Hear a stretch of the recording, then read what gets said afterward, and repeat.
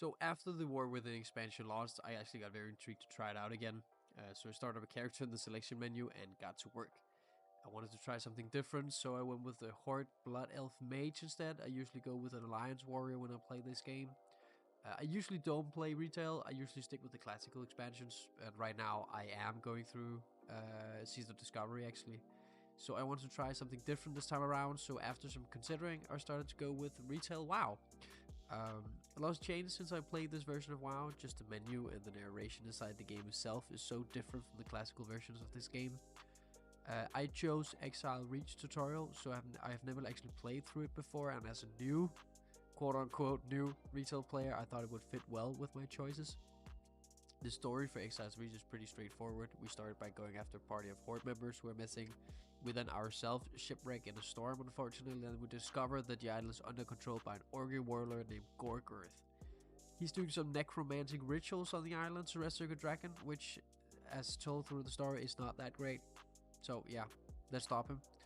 In Exile Reach, you get taught how to navigate different menus, how to equip items, spells, and navigate the quest line, which was a bit different than classic WoW, so I think that's a good point where you start the game in this tutorial. And again, this was a great start to the game for me, but I can see how Exile's Reach after 1 or 2 runs can become pretty dull. But you can always just pick the original starting zones for whatever race you chose. The first quest they had me do was to pick up a few first aid kits so that I could help my fallen brothers and sisters of the Horde. After we completed that quest, we headed up the beach into even more trouble. We then had to find food for the lost expedition we found after we shipwrecked. They were very hungry and not very understanding of how much I just wanted this show to end so I could just play the game finally. After we gave them some food, we now had to train with the Warlord and show the Warlord that I could actually use my ability 3 different times. Of course, I did not exactly read the quest, and therefore it took me more than a few times that it should have to complete it, so cue the music.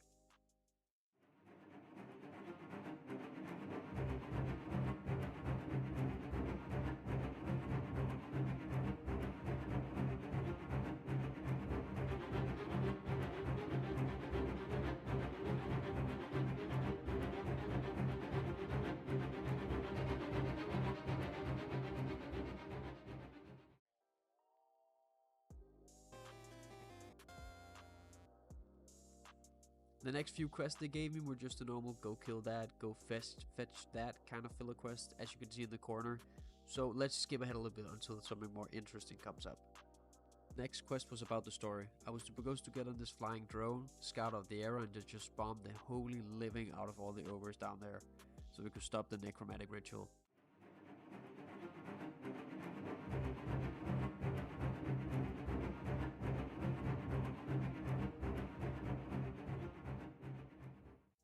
After that, I just to kill this big green ogre so that I can move on to some more kill and fetch quests. So let's skip over that entire thing and just get into something more interesting.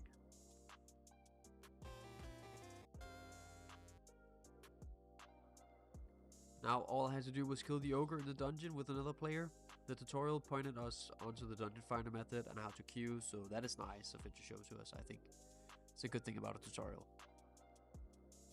We then got into the dungeon called Darkmaul Citadel, which has 2 boss fights, no real mechanics and no real danger of any kinds, but it's nice to see how retail WoW's different kind of things function, different kind of mechanics functions in such a low stress environment, so you really can learn the details about everything before you really throw yourself out into the stressful raiding. We then fight our way through the dungeon until we reach the first boss, Tusk.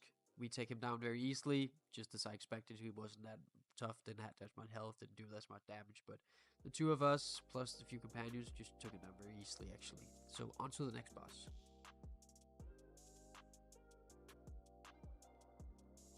The next guy is the final boss. We have to stop his necromantic ritual, but we fail, and the dragon gets woken up. Dun dun dun. But fortunately we defeat the dragon and everyone lives happily ever after. Again, it is a tutorial dungeon, so it won't be that hard, and I know that, I'm just trying to make a bit of fun. After we defeat the dungeon, we get teleported out there. Then our Horde friends meet us outside, and away we fly on magical creatures to the nice and kind place of Orgrimmar.